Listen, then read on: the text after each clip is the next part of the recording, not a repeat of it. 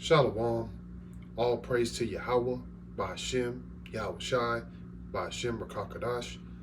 Double honors to the apostles and elders of Great Millstone, where I learned His truth from.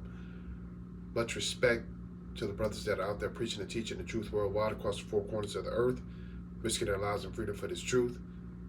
Peace and salutations to the Akim and Akwat that might be listening to this lesson. This is your brother Abba Yabba, coming through with another lesson through the spirit and power of Yahweh Ba'ashem Yahweh Shai. And the title of my lesson is Being Prepared for the Hard Times. Now, with the title of my lesson, I have two definitions that I want to bring out right quick. And the first is prepared. And prepared is defined as ready to go or deal with something. And hard times is the next. And it is defined as a period of difficulties or hardship. As we're going on this journey in this truth, we know that we have to, first and foremost, be prepared by following the law, statutes, and commandments, praying, fasting, and doing the will of the Father. But we also are going to go through some hardships with that. And those hardships can be a multitude of things, whether it be just being in Esau's wicked kingdom, which is hell for us anyway, but being able to pay your bills, the job you might be on, dealing with Esau, even the 2/3 of us each and every day, it could be a hardship. But we know that Jacob's trouble is soon come, and there's going to be a multitude of things with that. You know, the concentration camps, martial law, the MOTB, just a multitude of things, inflation of the prices of gas, food, whatever material things you might need is soon to come. The famine of the word. There's going to be hardships that are coming and soon. So we have to be prepared for those things. But we know that we have a Father which is in Yahweh, and we have a big brother which is in Yahweh Shai that is going to take care of us in those times. So without further ado, I'm going to go into the scriptures. And my first scripture is Proverbs 6 chapters, 6 through 8 verse. And it reads, it says, "Go to the ant, thou sluggard, consider her ways and be wise, which having no guide, overseer, or ruler, provide her meat in the summer and gather her food in the harvest." So as the ant does, without someone having to push her to do the things that she needs to do for herself to be prepared for the hard times and maybe to have a storage of food for maybe the winter or whatever the case may be. She takes care of her things early, you know, without anybody having to tell her. It's a mindset, you know, and she's not lazy nor slowful. It is a combination of knowing what has to do and just being active, you know, and we as believers know what we need to do, and we must be active as well and not be lazy nor slowful in our journey. And we need to look to the ant, because the ant, like I said, it doesn't need no one to oversee or motivate her to do the work.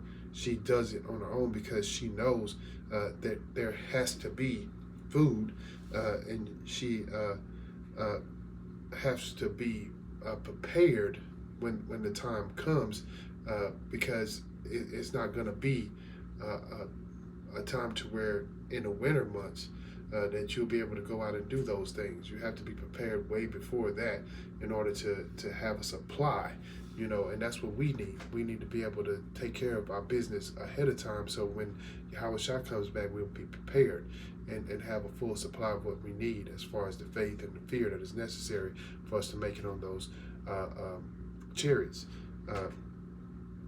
So I'm going to go on to Matthew 24 and 42.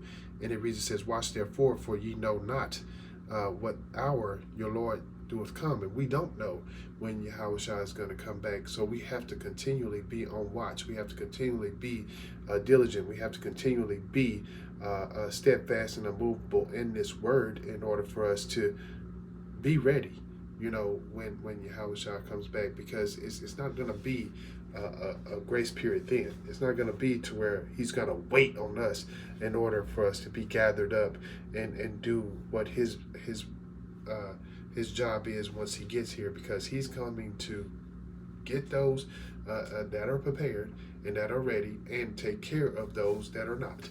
And it's just simple as that. It's not a complicated thing, and he's not going to make it complicated, because he's going to be swift in what he does, and we have to make sure that when he does come back, that we are prepared. And I'm going to use prepared in hardships a couple of times in this lesson. So I pray through Yahweh Shemiah Shah that it will be edifying as well. But speaking of prepared, there is a parable in Matthew 25, 1 through 13, and it speaks on the 10 virgins, and 5 represents the hopeful elect, and 5 represents the 2/3 that don't believe and aren't prepared for when the bridegroom comes. And the 5 that were prepared, they had their lamps, they had their lamp oil, they were ready to go already. But those that the 5 that didn't, they had to get ready, and those that have to get ready, they were shut out. They went to go buy their oil, and by the time they came back, the door was shut. The bridegroom had already came, and that's how it's going to be in these times. Soon come when Yahushua comes back. If you're not ready, the fathership will come, the chariots will come. They'll beam up those that are ready, that have their lamps and their lamp oil, and they'll be beamed up, and then the door will be shut. And then after that, those that are left behind will have to deal with, the nuclear hellfire and the chariots doing their work to this place in order for it to be totally decimated as far as this wicked kingdom. And we don't want to be here for that. So we are prayerful and we're hopeful that we'll be of that number in those chariots when Yahushua comes back. So we don't want to be getting ready. We want to be ready, and therefore we won't be passed up in that time. 1 Corinthians 16 and 13 reads, it says, watch ye, stand fast in the faith, quit you like men, be strong. So we have to be on guard, we have to continue to be watchful of the times, knowing that there's prophecies that need to be fulfilled. We have to be steadfast and unmovable in our faith, knowing that the times are being sped up for a reason, and the prophecies that are needing to be fulfilled are soon to come. And we have to be strong and brave during these times, because it's going to be some fearful times if we don't have the word, if we don't have the faith, if we don't have the belief and trust in Yahweh Shemiah Shah. If we're carnal in those times, then we will be fearful and weak, because without him, that's what we are. We're as worms, on this earth, without the spirit and power of Yahweh Shemiah Shah upon us.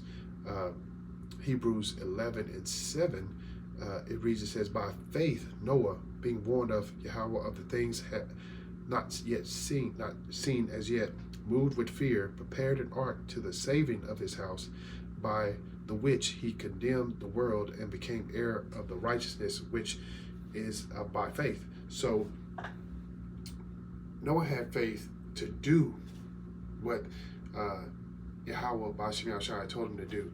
He said, build an ark.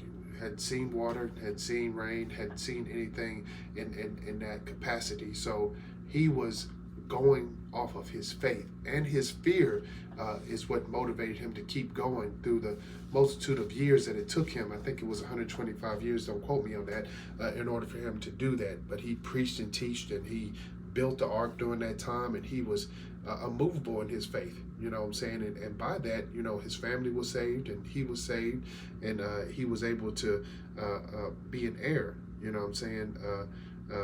That came with it. You know, so we have to be like Noah. We have to continue to do the work, even though, you know, there's scoffers, there's mockers, and there's people saying, you know, oh, you are always preaching about, you know, the end times and this and that and the third. But even though they don't believe, we do. And we have to continue on in that faith and hope that the Spirit stays upon us for us to be ready, you know, when that time soon comes. And just like Noah, you know, when it was time for the rain to come, everybody was trying to get on that ark. We don't want to be trying to get on that chariot when all hell breaks loose. We want to be on that chariot. And when the doors close, just like Yahweh Shemashah closed the door on that ark, we want to be sealed in there and being prepared for the journey onto the new kingdom. Deuteronomy 31:8, it reads, it says, "And the Lord, He it is that doeth go before me. He will be with thee. He will not fail thee, neither forsake thee. Fear not, neither be dismayed." So in Deuteronomy 31:8, it is saying that Yahweh Shemashah is going to go before us. He's going to take care of us if we do what is required of us. If we have the faith, if we have the fear, if we have the trust and belief necessary, He's going to take care of us. And we don't have to worry. We don't have to doubt. We don't have to fear, and neither, you know, be dismayed, because He's going to be there. He's not going to forsake us. He's going to always be with us. But we have to make sure that we do our part. Psalms 50:15 reads, it says, "Call upon me in the day of trouble. I will deliver thee, and thou shalt glorify me." And so we will, in the time, in the day of trouble, you know what I'm saying? And speaking of Jacob's trouble, and speaking of any trouble that we might come into, if we call upon His name, He's gonna be there, you know, and He's gonna deliver us. Like He said in His word, He's never had no reason to lie to us. He's not a man that He should lie. So He's gonna take care of us in that time, and we'll give Him the glory for doing so, because He's worthy to be praised. He's worthy of the glory, honor, and praise that is needed and necessary for that time, which is, once again, soon come. We don't know when that time is, but we know that it's soon come.